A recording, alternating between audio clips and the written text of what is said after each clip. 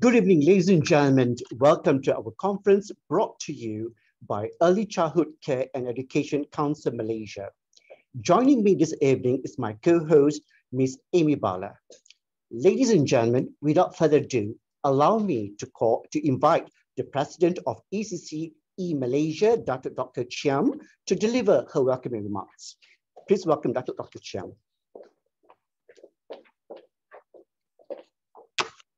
Thank you very much, Encik Rashidin. Yang Berhormat Dato' Sri Haja Fatimah Abdullah, Menteri Kebajikan, Kesejahteraan Komuniti Wanita Keluarga dan Pembangunan Kanak-kanak Sarawak, Encik Arifan Sulaiman, Director of Children's Department of Social Welfare, Directors and Representative of State Department of Education, Representative of UNICEF and Finland Embassy, distinguished guests, ladies and gentlemen, colleagues as well as friends. First, allow me to welcome all of you to this conference with good morning, good afternoon, and good evening. As this is a virtual conference, our participants in the other parts of the world may not be in the same time zone as Malaysia. The scheduling of a virtual conference is one of the most difficult tasks of the organizing committee. Therefore, let me first offer the apologies of the organizing committee to those participants who are inconvenienced by the scheduling of the program. I would also like to apologize to all our participants who are missing out on the celebration of the last day of the Chinese New Year. When we moved the opening ceremony and the first keynote address to the 26th of February, we did not realize that today is the 15th day and the last day of the Chinese New Year. The ECCE Council would like to express our grateful thanks to Yang Berhormat Dato' Razdi and Jadi, Senior Minister of Education, for graciously accepting our invitation to officiate the opening of this conference. However, Dr. Razdi's opening address will be delivered by Dr. Ma Hang Soon, Deputy Minister of Education. Thank you very much, Yang Berhormat Dato' Ma, for delivering the opening address, launching the council corporate video to commemorate the 10th anniversary, and declaring open the council on behalf of Dr. Razdi Jadi in a pre-recorded mode. Let me first give a brief background of the ECCE Council Malaysia, which was conceived in the National Key Economic Area Lab in June 1st to the 30th of July 2010, and it was registered as an NGO on the 30th of December 2010. Within 5 minutes, it is very difficult even to encapsulate what the Council has achieved in these 10 years to fulfill the mandate given, which is to raise the professionalism and quality of early childhood care and education industry, and to act as a link between the government and the industry. Just to name a few, the Council has advocated, persuaded, and convinced the government that a diploma in early childhood education has to be the minimum qualification for early childhood educators, especially preschool teachers, to achieve professionalism and quality early child care and education. The Council has also worked with the Malaysian Qualifications Agency, usually known as MQA, to develop the program standards for the training of early child educators at all levels of the academic qualification. The Council has also worked with MQA to discuss issues and solve problems pertaining to the enforcement of the minimum qualification for preschool teachers. The Council has produced the Code of Ethics for Early Childhood Educators for Malaysia and has drafted the Early Childhood Care and Education Professional Act. And we have also worked with the Ministry of Housing and Local Government for the establishment of childcare centers and preschool. During the pandemic, the Council has conducted webinars and training to provide resources and training on skills for online learning. As a link between the government and the industry, the Council sits as a member of the committees in the Ministry of Education, Ministry of Women, Family and Community Development, especially with the Department of Social Welfare on matters related to early child care and education and the well-being of young children. The Council has lined up a number of events to celebrate the 10th anniversary. All of them, except for the conference, had to be cancelled. Even the conference had to be changed from a physical to a virtual conference. As the pandemic affects every aspect of our life, including early child care and education, the theme was changed from playing matters in early childhood to imagining early childhood care and education, future competencies, and children's well-being. Of all the levels of the educational system, the impact of the pandemic is greatest in early child care education, owing to the vulnerability of children in the formative years. Of the areas of development, mental health is the most worrying.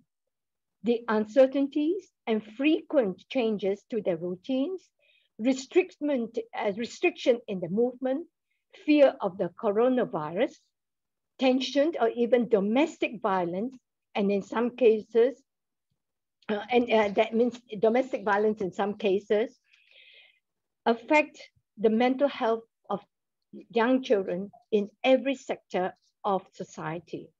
Early childhood care education needs to be reimagined, reappraisal, and to be re-strategized to meet the changes resulting from the pandemic and to adjust to the new normal. The Council is greatly blessed by the acceptance of 4 international experts to speak at the conference. The graciousness in waiving their professional fees have made it possible for the conference to be affordable. Our grateful thanks also go to our 4 practitioners who will be sharing their practices or program which they have carried out to enable children to meet the demands of the 21st century and or during the pandemic. The Council is greatly indebted to Segi College, Subang Jaya. The college not only sponsored the Zoom, but also takes on the technical aspect of the virtual conference. The technical team of Segi College Subang, headed by Mr. Lee Chun Yang, and the Council technical team, headed by Mr. Cha Eng Kun, have collaboratively invested great efforts to ensure this conference runs smoothly. The conference is streamed live to Zoom from the studio of Segi College, Subang Jaya. We would like to thank our sponsors, especially White House Educational Group, Talento, Image Farm, as well as Mr. John Lim and Angel Fahan Reyes bin Johan Arifin for their help. Our thanks to all the members of the conference committee, especially the chairs of the subcommittees and the MCs, Mrs. Amy Bala and Encik Mohammed Rashdan bin Abdul Razak. Last but not least, my grateful thanks to young Dr.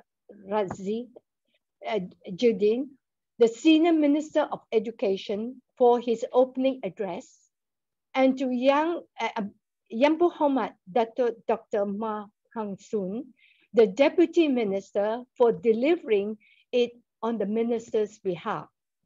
Our thanks to go to all the participants and to everyone whose contribution has made this conference possible. This conference hopes that all of you would have an interesting and fruitful time in these 2.25 days of conferencing. Thank you.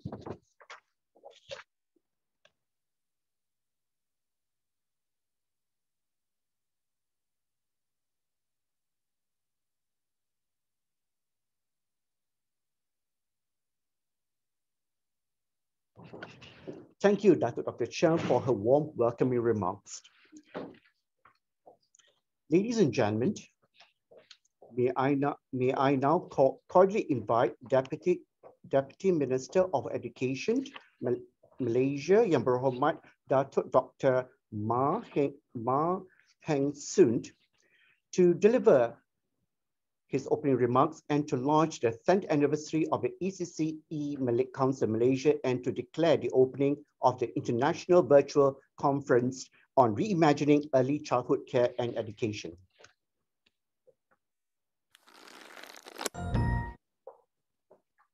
Datuk Dr. Chiam Heng Keng, distinguished guests, ladies and gentlemen, members of the media, Salam Sejahtera and a very warm welcome to all who are present here today.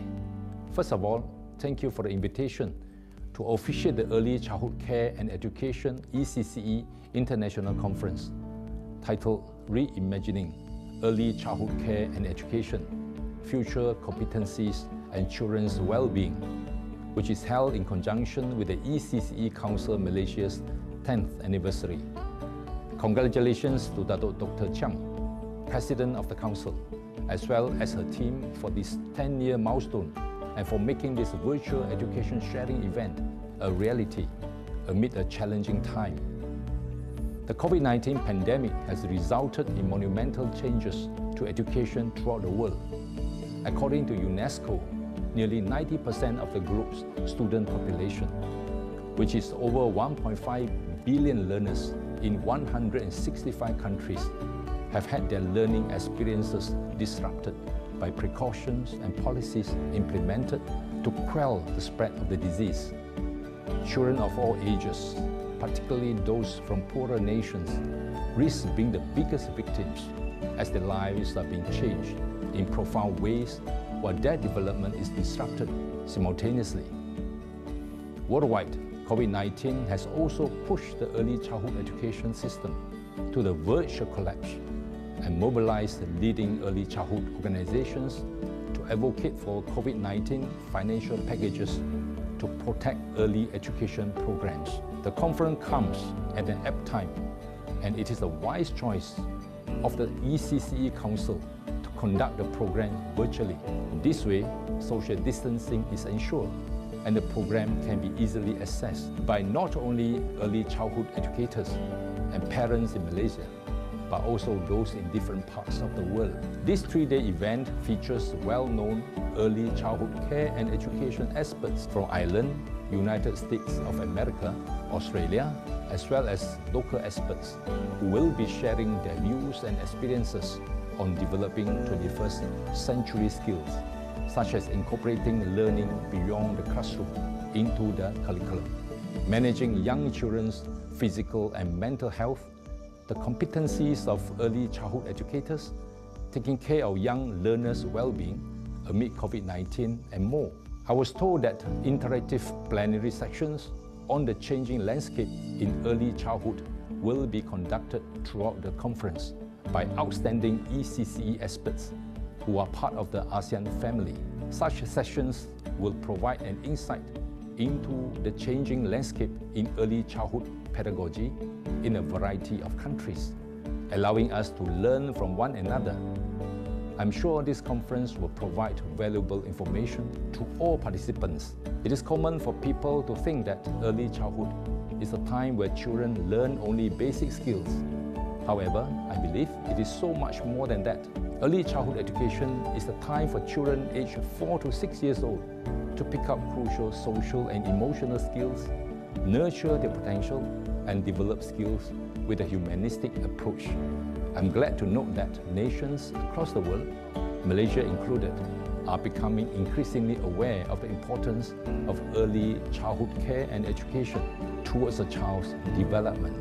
In Malaysia, the Education Ministry places emphasis in providing quality education as well as opportunities for children to experience preschool, which is measured through the Early Childhood Care and Education Quality Standard, National Preschool Quality Standard, and National Preschool Curriculum Standard. We have a number of programs in place to ensure the quality of early childhood care and education is kept. The programs include the Genius Negara program, Pusat Anak Genius Negara, and the Permata Early Childhood Care and Education course. Among others, Genius Negara is a program which provides quality early childhood care and education to children, especially those from low-income families. This program enables our children's mind to be stimulated via learning in an interactive manner, exploring, experimenting, and experiencing through fun physical activities. Meanwhile, the purpose of Pusat Anak Genius Negara is to oversee the implementation of the Genius Negara program, which has a well-formulated curriculum that covers the 6 main areas of learning, including the child's personality, social, emotional, and spiritual development, language, communication and literacy, early mathematics and logical thinking, sensory development and understanding their surroundings, physical development, and creative and aesthetic development. Currently, there are 89 Pusat Anak Genius Negara operating nationwide with a total of 3,424 children participating in the Genius Negara program. To date, approximately 10,660 children have registered and completed their studies at the center.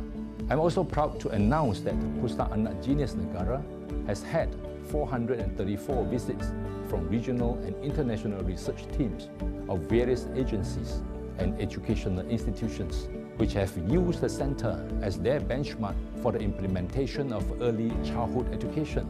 On top of that, the Permata Early Childhood Care and Education course, or Kursus Asas Permata, was developed to train educators in terms of attitude, skills, and to continuously upgrade their knowledge in early childhood care and education. As of December 2020, there are 8,757 or 91.5% of teachers under the Education Ministry's purview who have a minimum qualification in early childhood care and education. The ministry is in the midst of ensuring that all preschool teachers would possess a diploma related to early childhood care and education as a minimum qualification in the near future as part of our effort to raise the sector's standards. Implementation of the ministry's preschool education is aided by the Rural Development Ministry, the Ministry of National Unity, as well as the private sector and various other parties, including the ECCE Council, which has played an important role in enhancing the early childhood education sector here. The ECCE Council was set up in 2010 as one of the initiatives under the Economic Transformation Program. It was given 3 mandates, which includes raising professionalism in the ECCE sector, assuring quality of the ECCE services, and acting as a link between the government and the industry. The ECCE Council is also a strong advocate to set the diploma in early childhood education as a minimum qualification for all preschool teachers and has worked with us on several issues relating to early childhood care and education. I'm delighted to say that the Council, led by Datuk Dr. Chiang, has done tremendously well in upholding the assigned mandates by actively working with the government in these 10 years. Before I end my speech, I would like to once again express my sincere thanks to the Council for the support it has given to the Ministry. I hereby officiate the program as well as the launch of the ECCE Council Malaysia's corporate video.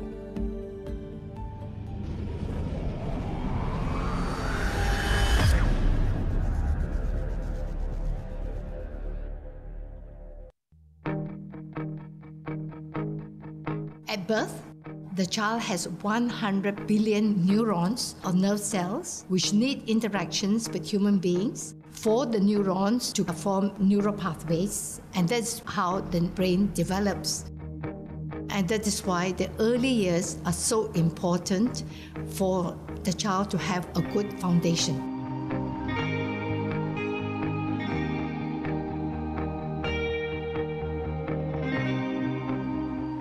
The ECCE Council was conceived and born in the National Key Economic Areas Lab.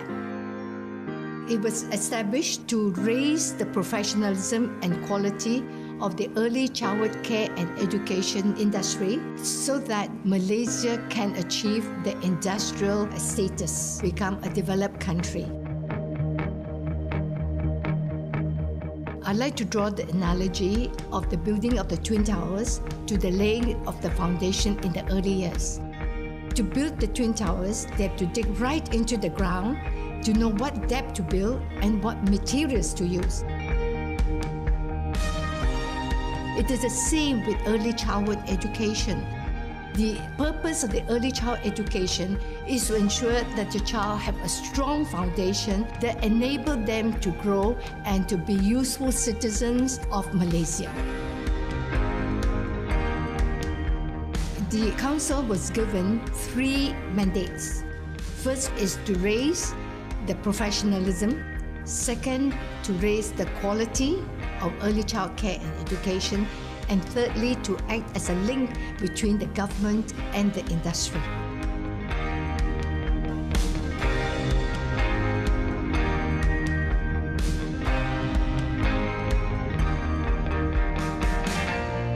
The Council has achieved quite a lot in these 10 years. I'll just point out some of the important ones. We have helped to raise the professionalism in early child education by drafting the enactment on the professionalism of early child educators. Secondly, raise the professionalism by working with the Malaysian Qualification Agency to have a program standard for the training of early childhood education programs.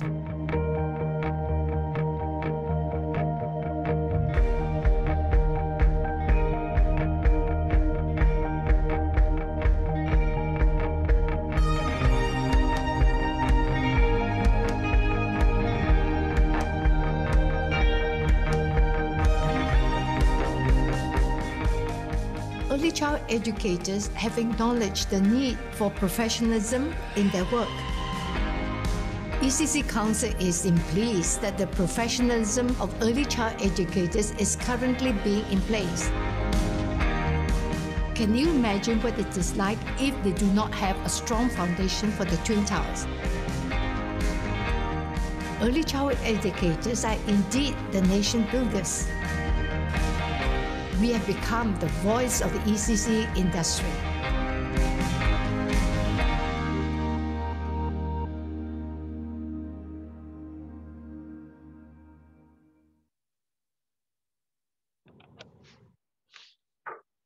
I would like to thank Deputy Minister of Education, Yang Berhormat Dr. Ma Hang Soon, for his opening remarks and launching the 10th anniversary celebration and opening of the International Virtual Conference.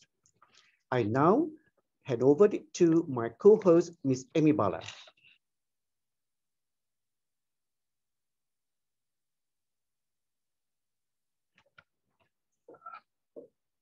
A very good evening, ladies and gentlemen.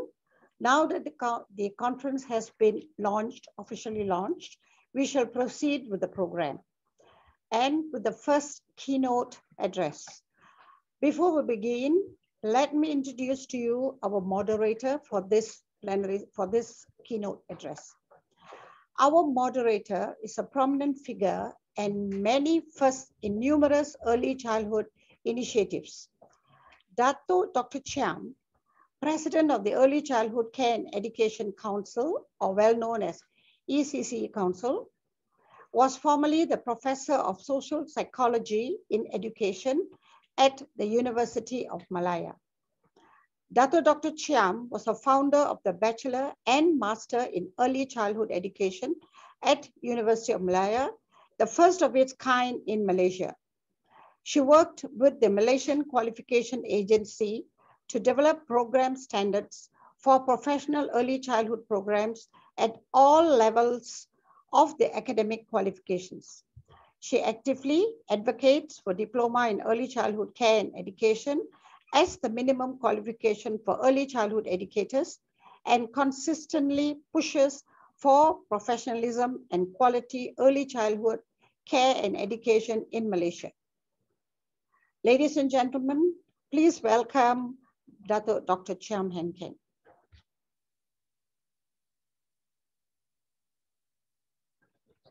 Thank you very much, Amy, for the kind introduction.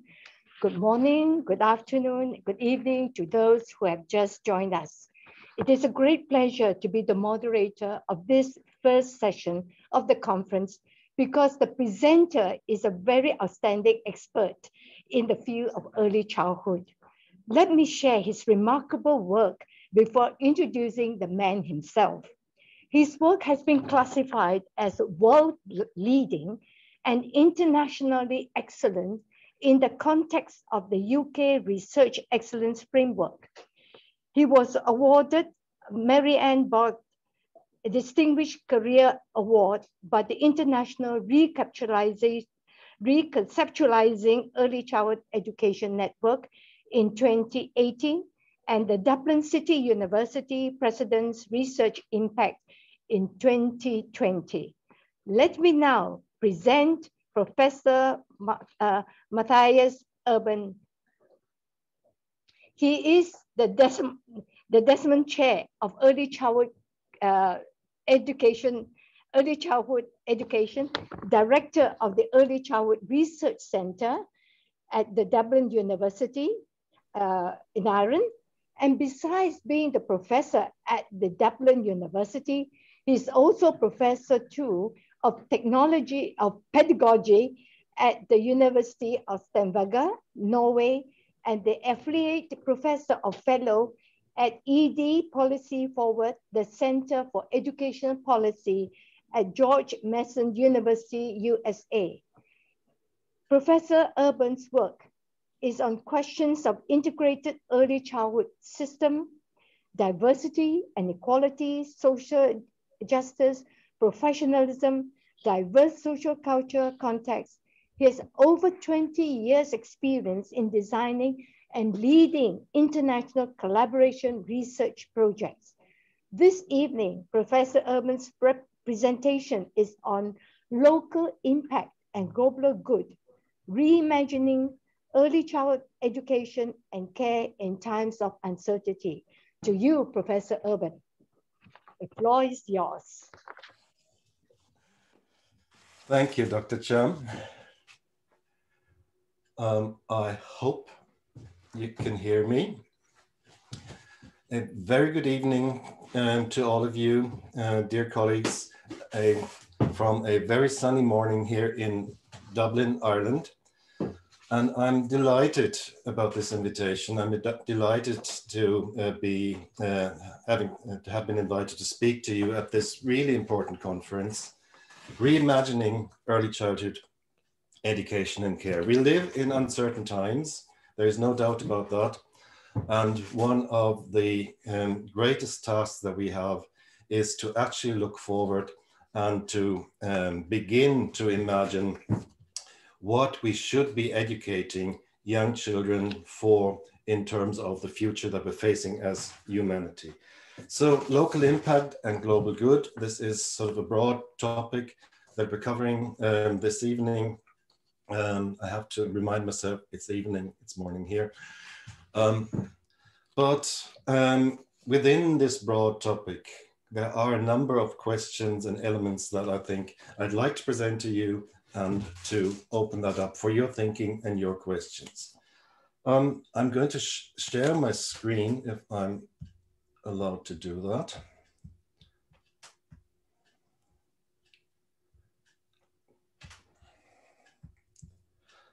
And I'm going to start by showing you a few pictures. These are pictures that I've collected in different places around the world at a time when we were still allowed to travel. So they are, the most recent one is about 1 year old. These are early childhood settings preschools, creches, kindergartens in many different parts of the world. There's one in Bogota, in Colombia.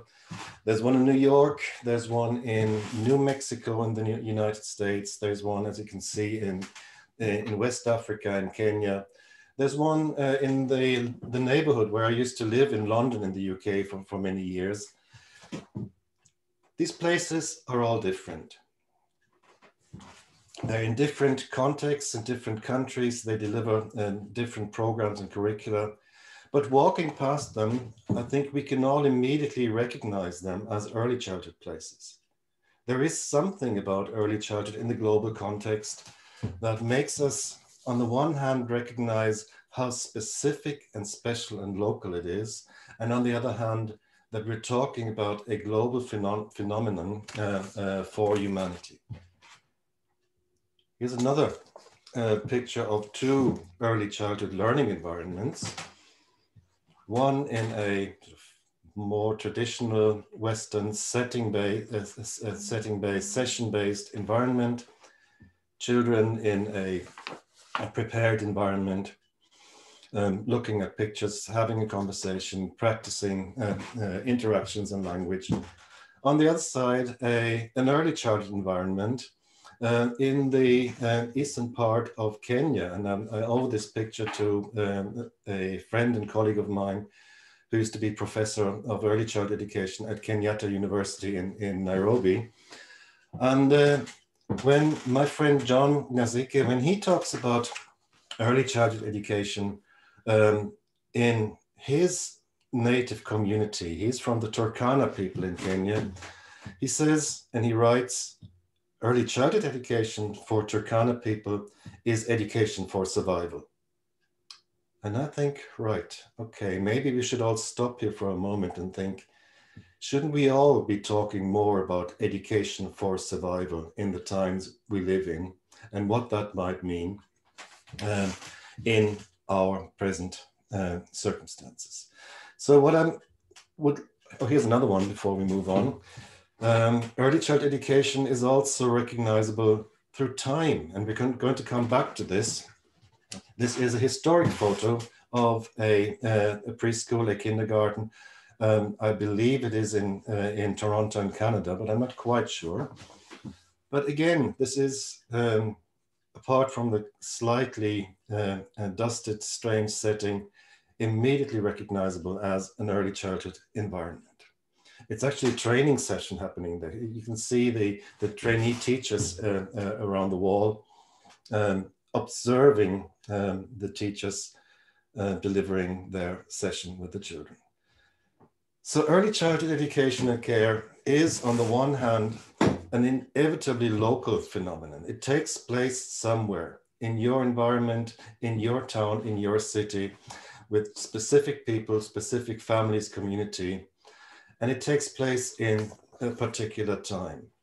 And that means that I would like you to think about what the Brazilian educator and writer Paulo Freire reminds us of, that because of its concreteness, education, and I would extend this to early child education, is a political practice that has what he says a historical concreteness, an immediateness, and he links this to the notion of hope and directivity and transformation of education.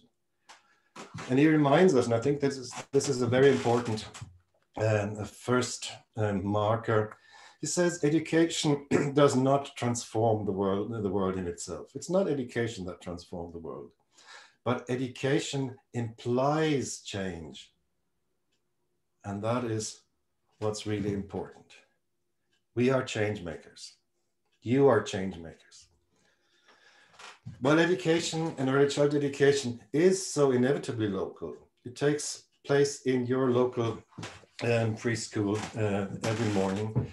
It's also, and it has become, something that unfolds in an almost non-space, a global space where we share ideas, practices, interests, sometimes commercial interests, where a lot of international, transnational agents are players on this field.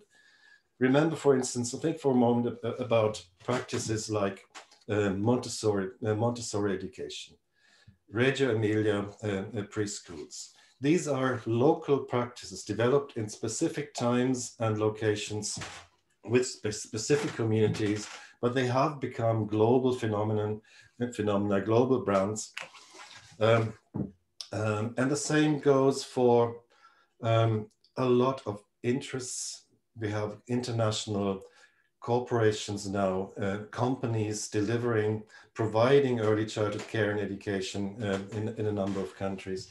We have international organizations, including the Organization for Economic Collaboration and Development, UNICEF and others, and the World Bank, who are invested in shaping early childhood education and care practices. And the two worlds are connected. The local and your practices and the global, the non-space that I would like to call it, the utopos, they are connected and they mutually influence each other. John Bennett, who is the lead author of the landmark report on early child education and care, published by the Organization for Economic Collaboration and Development, the OECD, in 2001, the first starting strong report. He puts it like this. He says, early childhood education and care policy and the quality of services are deeply influenced by underlying assumptions about childhood and education. And he says there's a number of questions that we should keep in mind. One of the questions is, what does childhood mean in this society? This is a question that we should ask ourselves here. How should young children be reared and educated? And what, in consequence, are the purposes of education and care of early childhood institutions? What are the functions of early childhood staff? These are questions that are universal, but that can only be answered locally in an open societal democratic process and with early childhood educators, with policymakers, with families and communities. So where are we now? And we could actually say we have experienced a global success story over the past, say, 20, 25 years. There is a global consensus, and it is based on very solid research evidence, and you showed some in your opening video, that early childhood programs, provided they're of high quality, are beneficial to individual children, to their families and communities, and for society on the whole, on a very broad range of indicators, including social cohesion, in increasingly economically unequal and consistently politically divided societies.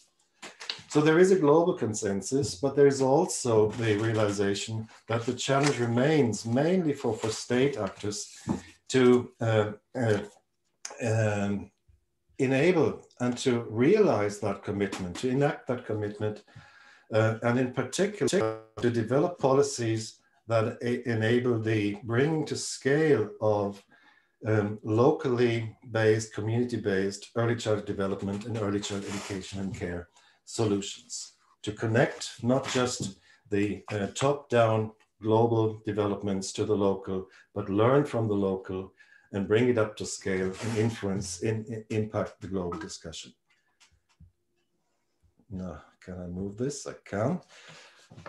This is reflected in a quite interesting and I think quite remarkable process that has taken place over the last couple of years in the context of the annual meetings of the Group of 20, the G20, that since 2018 has discussed education as one of their standing items on the agenda. And in parallel to the meetings of the Group of 20, of the leaders of these important economies, there has been a process of a global network of think tanks and research institutes, the T20, developing policy recommendations and policy briefs for the leaders of this Group of 20, and I have been honored to lead some of these developments since 2018 in Argentina, in Japan, in Saudi Arabia last year, and this year in Italy, moving to Indonesia in 2021. And here's what one of these documents says, adopted at the Global Summit in Tokyo in 2019. It says that it is about strengthening G20 level commitment to ensuring access to locally and culturally appropriate early childhood development, education and care of high quality for all children from birth, and forge international consensus on government responsibility for developing, resourcing, and governing a whole systems approach to early childhood policies. There are a few very important key messages on this slide. First of all, it is remarkable to see an organization like the Group of 20 taking a statement about the importance and their commitment to early child education and care at the highest global level. It is remarkable to see that this statement is about the importance of locally and culturally appropriate solutions. We're not talking about one size fits all solutions. What is locally and culturally appropriate? How can we answer John Bennett's questions? What does early childhood mean here? It is also a commitment to high quality programs for all children, not for some. So it is about inclusion, it's about diversity, it's about equality. And it is about, and that's most important, about governments taking responsibility. And I'm delighted to see the existence of the Early Childhood Care and Education Council in Malaysia, for instance, which is one way of materializing this government responsibility. It is not about government being the only actor or provider of early child education, but it is about the responsibility of governments to provide the conditions for high quality early child education and care for all children from birth to flourish and to emerge. And this is something that it's becoming increasingly clear that this cannot be confined to one government department, that this is something that goes across a number of government departments, which have to be coordinated, which have to be able to talk to each other to deliver best experiences and outcomes for children and families and communities. When we look around the world, we can see that both in the global south and the global north, countries are increasingly adopting holistic policy frameworks that address early childhood from this systemic perspective. I think what we're seeing is an emerging systemic turn, as I call it, and I think this is really important. We have some examples, and you can add to this because this is really just sort of something that I've been involved in. There is a European Union equality framework for early child education and care. There is in the country where I work and live and speak to you from, there is a government strategy, which is called a whole of government strategy for babies, young children and families. We have one of the earlier examples and one of the most interesting examples, I would say, the comprehensive strategy, the Cero Siempre in Colombia, in South America, policy frameworks like Chile Crece Contigo in Chile, and many other emerging examples. What we do see is that these policies urgently require new and effective approaches to governments, to resourcing, to professional preparation and evaluation at all levels of the early childhood system. We talk about something that we call competent systems, and organizations like the Early Childhood Care and Education Council are extremely important for coordinating and framing these systemic approaches. But also, and I think this is brings us back to the topic of this of my contribution, the global common good. These developments, this emerging systemic turn in the global south and the global north, it also points to a need, but also a possibility for shared learning from and with policy initiatives across countries and across hemispheres. And I suppose this is particularly important when we look at the situation we find ourselves in as humanity on this planet. There is a lot of awareness and a lot of impact that we've seen of the still ongoing COVID-19 pandemic. But I mean, it's become obvious that we're facing a number of global challenges that are converging at the moment. And I've just listed a few here, and you might want to add to them. We're facing an increasing proliferation of nuclear weapons, for instance. There is a global climate crisis that already leads to, or has led to unrest, conflict. We're seeing mass migration due to shortages of water, of food, of fuel. There is an increasing awareness that our biodiversity is under threat, and increasing awareness that these are connected. There are economic crises, the impossibility of unlimited economic growth, and in many places, dysfunctional economic and financial systems. And my colleague Peter Moss and I, we've written about this some years ago now, but things are coming into the presence now. Edgar Morin, the French philosopher, talks about a complex, what he calls intersolidarity of problems, antagonisms, crisis, uncontrolled process, and the general crisis of the planet. It's not a pleasant situation to find yourselves in, but it's also something that requires and enables coordinated action, and early childhood has to be at the fore of this. So let's look at the COVID-19 disruption and the systemic and the implications of this. And these are just some that I think you might recognize. COVID-19 has disrupted programs to support young children, their families and communities in all affected countries and regions in the global south and north. It has disrupted services and that has had an immediate effect on children and families, on the early childhood workforce, but also on society and economy. And I suppose one of the interesting, in a way, learnings from this is that many countries had to learn the hard way and very fast that early childhood services are actually essential public services. And if they're disrupted, you are actually in trouble. We have also realized that the disruption of early childhood services has compounded inequalities that already existed and created a whole number of new ones. Let's look at effects on children for a moment. UNICEF talks about that the current crisis carries the risk of developing into a global children's rights crisis.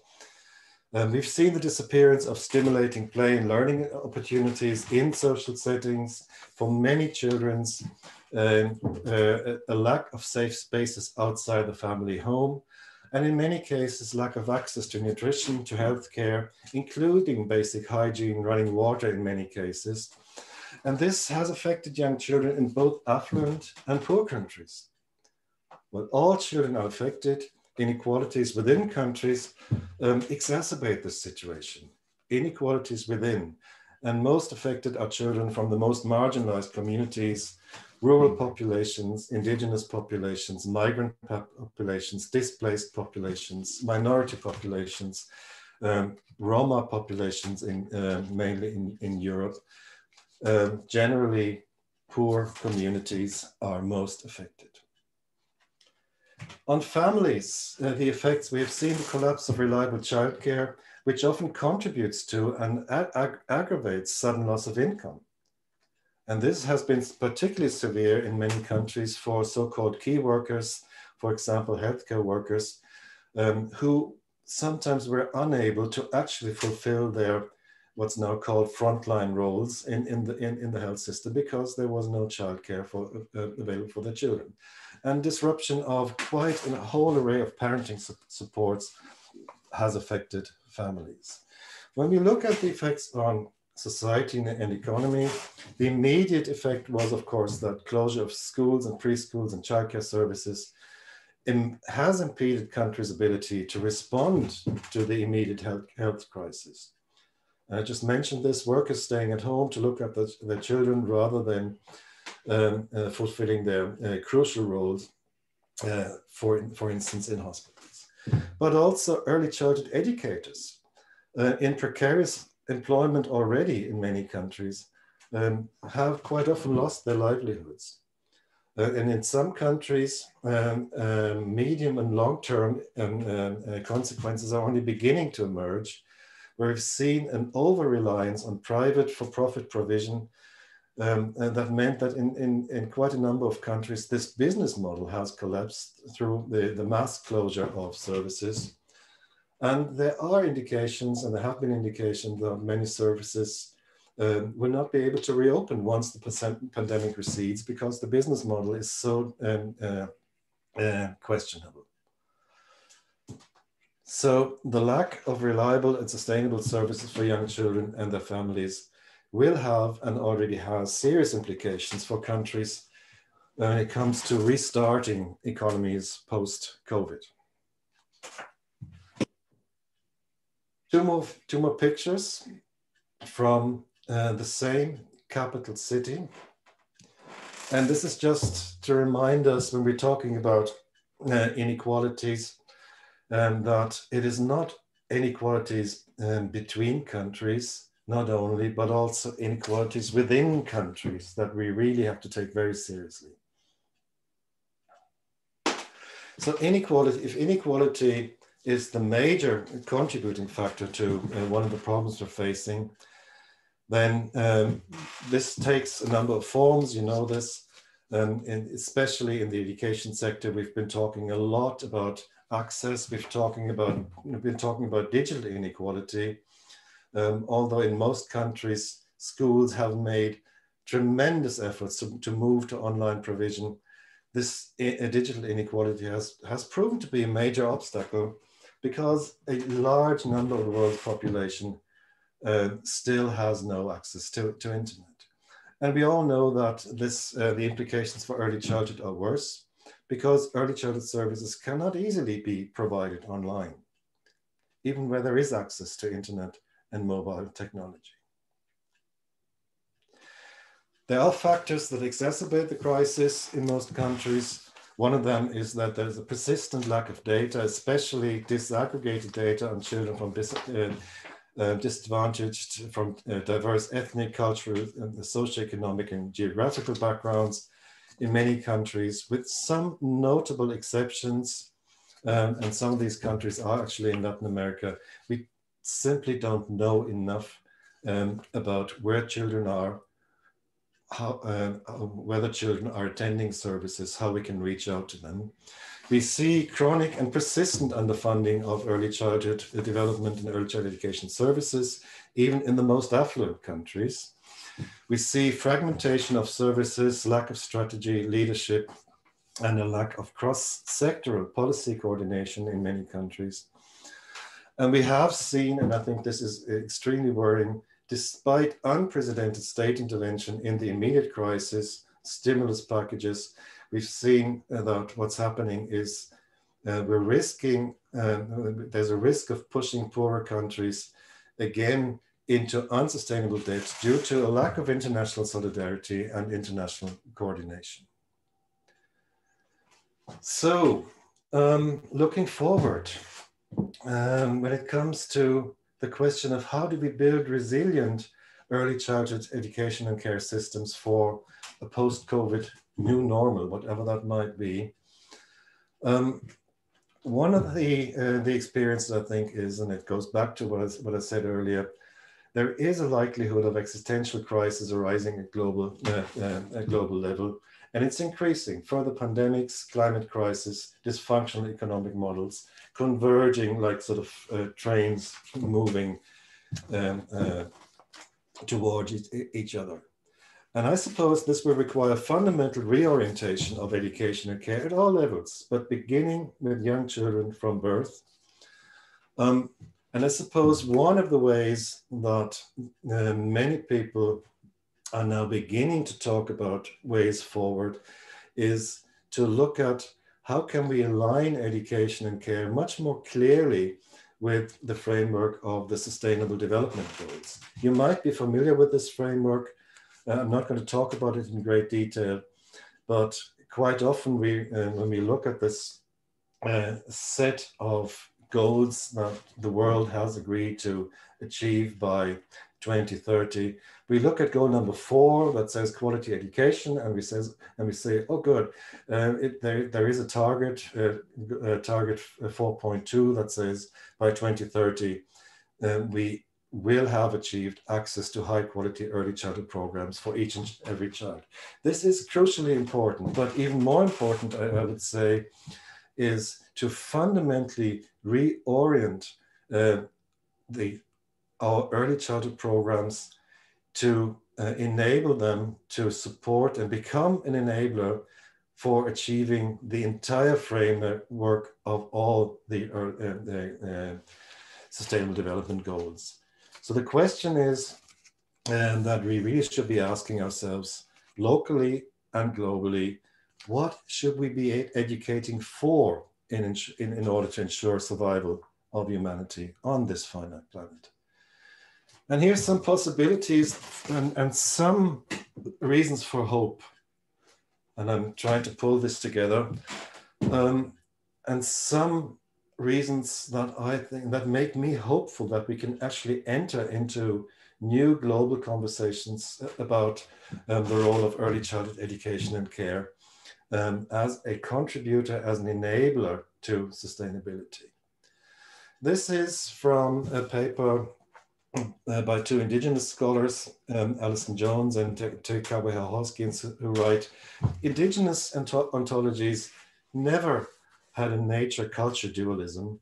They never truly differentiated nature and culture. And then some of you might be familiar with the debate that's going on in education, but also in the broader academic space about the narrow, what we sometimes call the Western worldview, that excludes a whole lot of ways of thinking, of being, of understanding, of being in the world by narrowly focusing on a sort of a perceived scientific model.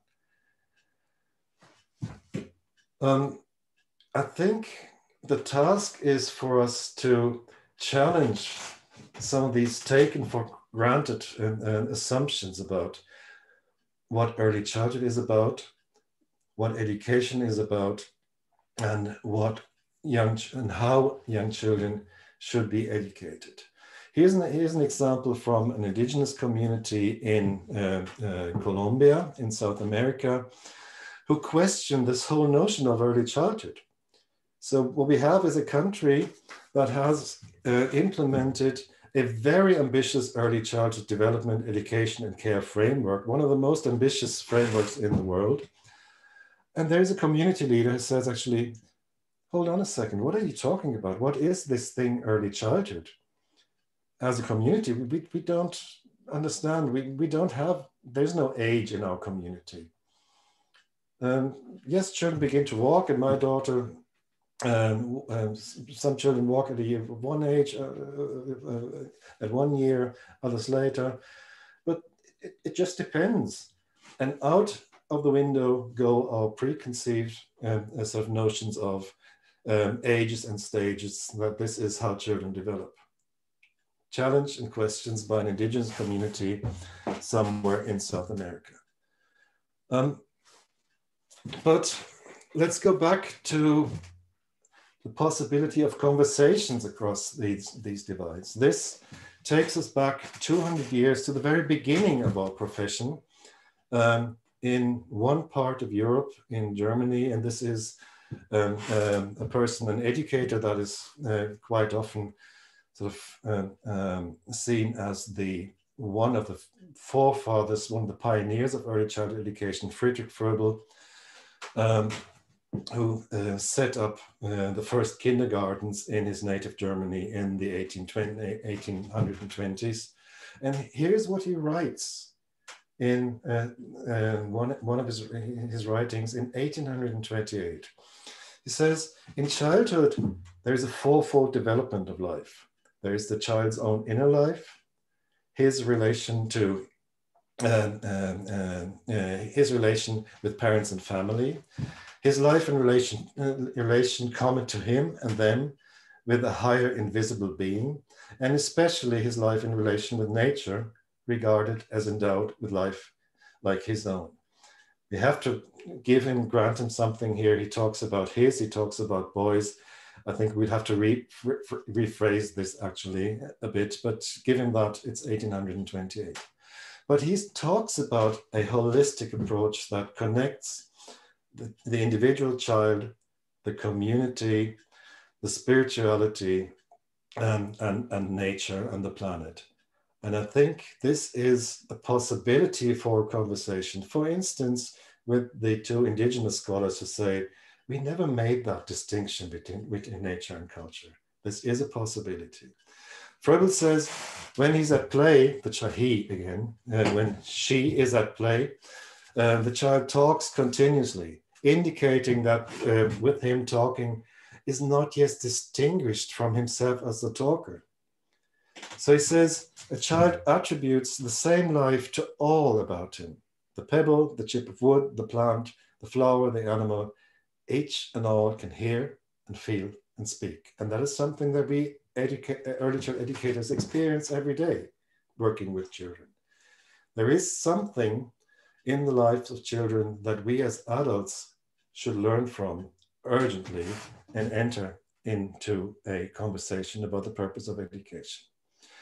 But I would also remind ourselves of what Friedrich Froebel in 1828 said as well. It's not just about this woolly practice with children, and it's about being sort of in a lovely environment.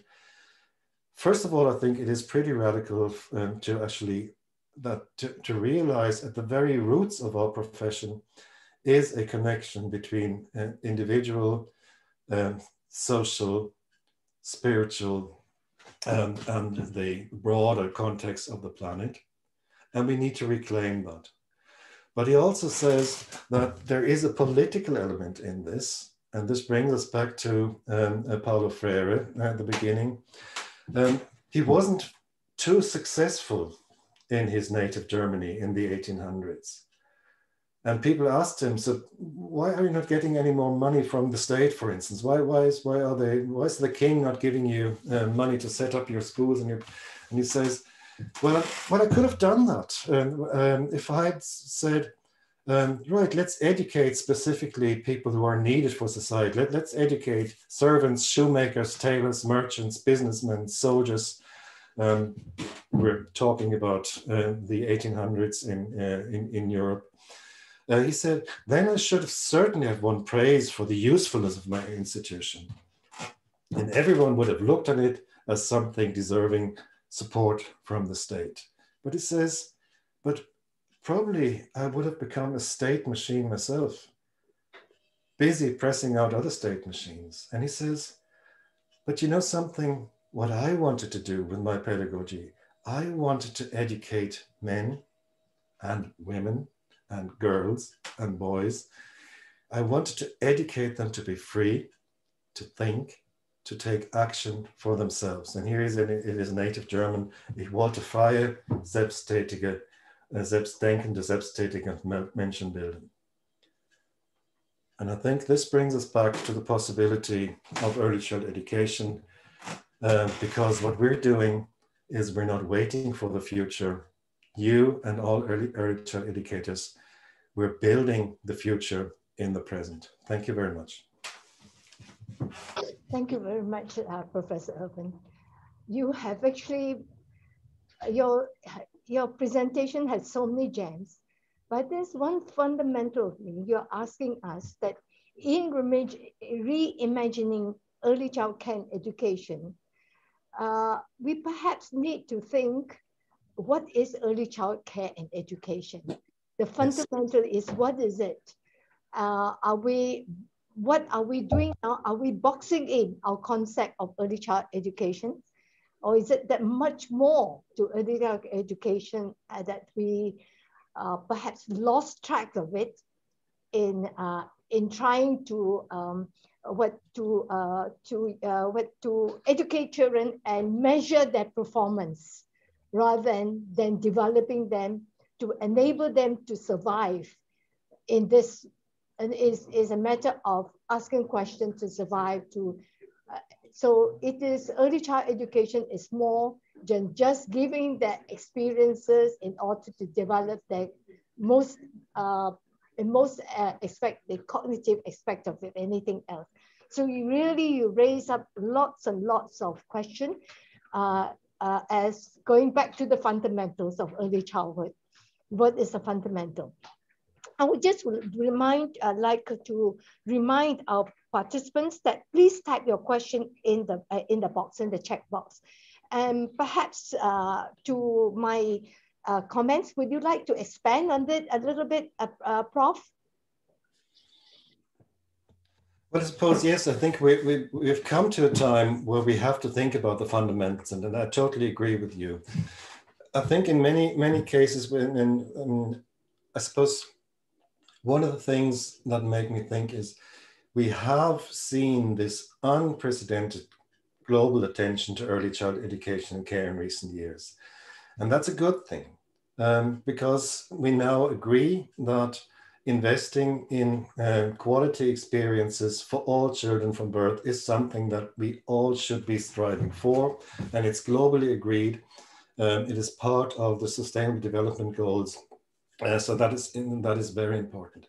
But I suppose in a way we've also come to accept in many cases that early childhood education is a very specific task, quite often seen as preparing children to move on to the next stage of education, to get them ready to move into primary school, to have sort of preschool education, which comes with ideas of what is the curriculum. It's a curriculum that we as adults prepare for children because we know what they need to learn. And then we set up, as you say, systems around that to evaluate and assess, and quite often test in a standardized way. We do this locally in our preschools. We do this internationally for cross-country comparison, for instance. But the big question is, what are we missing doing this? Many years ago, the cultural anthropologist Margaret Mead says we're entering into, as humanity, we're entering into a phase where we simply don't know what children need to learn now in order to be able to cope with the uncertainty of their future. So it's not about teaching children, and it's not about defining what children need to learn, but encouraging them and enabling them to learn. And she also says there's a fundamental realization for us as educators and as parents and as policymakers, as adults in all this, we don't have the answers. We are all entering into unknown territory. And she says there are no maps. What we can do is we can accompany children and enable them, empower them, and make sure that they are prepared for an uncertain future. And as you say, and I think I agree with you, the asking of questions and learning to ask questions and take questions seriously will become much more important than knowing the answers. And suppose this is something that early childhood education has to contribute to a much broader discussion in the education field, because children they can't do anything better than asking questions. And quite often we set up systems around them and curricula and schedules and timetables that make it impossible for them to ask questions. We silence children rather than encourage them to ask these questions. You say, no, not now. We have to focus on this worksheet now. No, forget about the worksheet. What is it that puzzles you? Can we explore this together? And I suppose this is something that we do well as early childhood educators. And I think this is something that we as early childhood educators collectively and globally will have to contribute to a discussion about what's the way forward for us as humanity.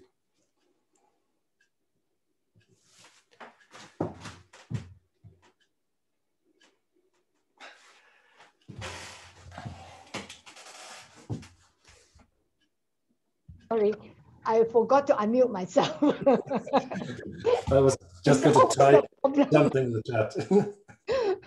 Okay, there's so many questions, and so I'm going to just pick by random. That what kind of competencies that we should provide to support teachers and centers so that they can facilitate learning that ensures children's well-being during the COVID. Either it is from whether from home setting or from centers, and yeah.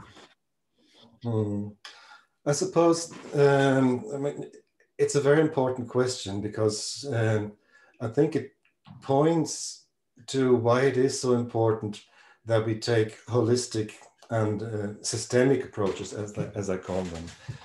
How can we expect children to become competent learners, askers of questions, researchers, explorers, when we don't support our educators to be these competent askers of questions and learners and researchers themselves?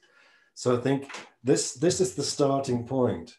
Again, when we talk about professional preparation and support for our early childhood educators, I think what we need is a shift of focus from this is what you need to learn in order to be a professional educator to this is how we support you collectively in our universities, in the training programs, in the service delivery, to actually explore for yourself and with children and with families and become competent and confident.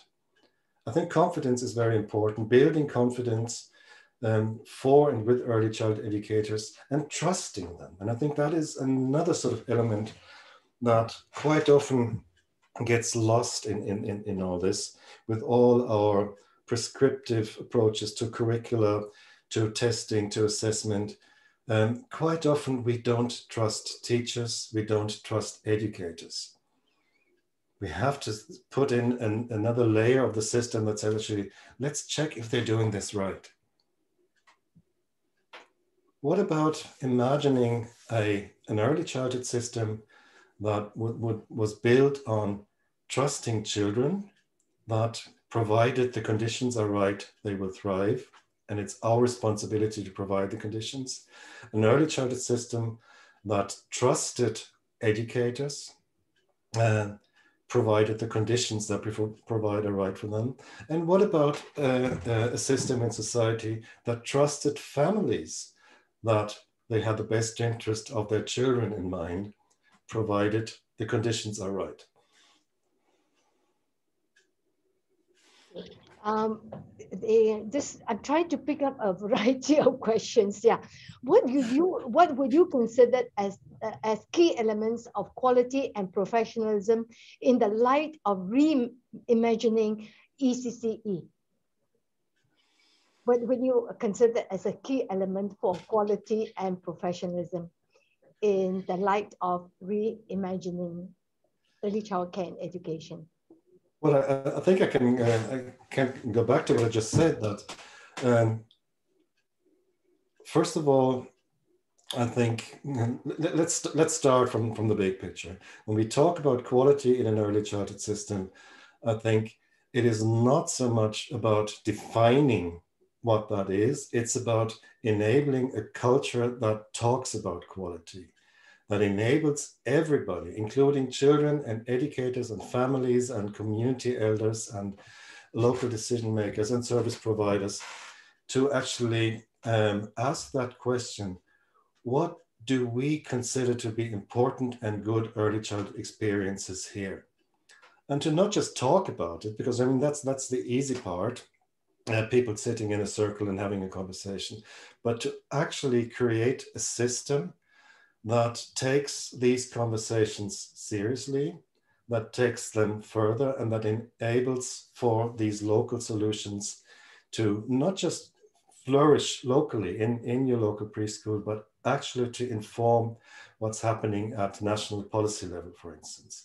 And we have some limited examples from some countries around the world where this has happened, where government has set up a framework that enables these local conversations and then takes what happens there from many different locations and brings it back together in a national conversation about what is good early child education and care meant to be about in this country. So there are examples for this sort of circular policy making.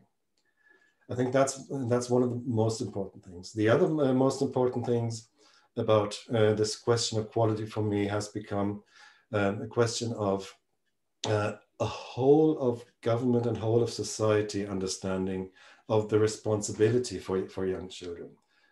Early childhood is a common good. Early childhood services are not just like any other service or any other sector of the economy. It is something, it's not something that we just provide as a service to families or to communities or as an education task in order to get children ready for school. It is something that we as a society, the whole of society, do for ourselves, to reassure ourselves who we are and how we want to move into the future. So all of this points to the question to that this whole notion of quality is really one of enabling and taking seriously these questions and these conversations about quality, rather than sitting down and trying to define what exactly it is. We have enough lists of standards and quality criteria, and we don't need another one. But we need people to actually engage in open democratic discussion, and we need states to create the conditions for that. And then, of course, there are technical details, and I've mentioned some. We need more data, we need systemic evaluation, we need an education that takes early childhood education seriously, doesn't take it as sort of the poor relation of the education system. And we need to talk seriously about the working conditions for early childhood educators in many countries. But these are practical things that add to the picture, but it starts with a question, what should we be educating for, and can we all have a conversation about this? Prof, I know that you have to rush off for another appointment after this. So this will be your last question, I promise you. So with regard with your expressed concern for the global inequalities and lack of international solidarity in this sector of early childhood, should an organization be named such as World Early Child Organization be set up by the UN? Well, the short answer is yes. The longer answer is that we have a number of global organizations promoting and working in early childhood. We have the World Organization of Early Child Educators, OMEP. We have global organizations promoting early childhood agendas in many countries. The big problem is, I think, and we've seen this in times of crisis, we've seen it now with the COVID-19 pandemic, that as soon as things get tight, global solidarity begins to fall apart. And that is a huge problem. And it's not an early childhood problem because it's across the board. We're now seeing something emerging that people call vaccine nationalism, where countries sort of try to outbid each other in terms of, are we getting a COVID vaccine for all population and not for yours? We're seeing vaccination being rolled out in Europe and in North America. And we already know that many countries in Africa, for instance, won't have access to vaccination until 2023. This is not just an unfair sort of undermining of solidarity, but it's also stupid because it is suicidal on a global level. We're not safe until everybody is safe. So I suppose, yes, I would like to see a coordinated and probably United Nations driven a sort of move towards supporting early child education that would have to go beyond what organizations like UNICEF and UNESCO are already doing, because it would have to move from a narrow focus on supporting early childhood programs into actually a broader policy awareness of the importance of early child education and to take sort of state and global responsibility. Short answer is yes. Am I hopeful that this is going to happen tomorrow? No, there is work to do. Thank you very much. There's so many questions, but I know that because you have to rush off to another appointment, so I will not ask you to extend your time. So, before I end this session, I would like to share something with the audience. So just bear with me. When I approached the UNESCO office in Bangkok to help us to identify a keynote speaker for this theme on reimagining early child care and education, the UNESCO only gave me one name, and that name is Professor Matthias Urban, and I can understand why they only give me that name. So, and when we just for the audience, information of the audience, so when I contacted Professor Urban and asked him whether he would accept the invitation to be a keynote speaker, and in that question, I also say, we cannot afford to pay you a professional fee. And his answer was a prompt yes. So thank you very much, Prof. Thank you very much. And can I invite all the participants to thank Prof? And I know I can't see you, but I'm sure you are joining me to thank you, Prof. I have so many questions to ask, but maybe one of these days I will have a conversation with you. You raised so many, so many questions for us to rethink of early child education, and I think there's one thing that we need to really rethink whether are we doing what is right for the children to enable them to thrive in the 21st century, especially in terms of changes, in terms of uncertainty. So thank you very, very much. Thank you, Dr. Sham, and the best of luck for your really important work that you're doing with the Council. And I would be more than happy to continue the conversation. Thank you very much. Thank you.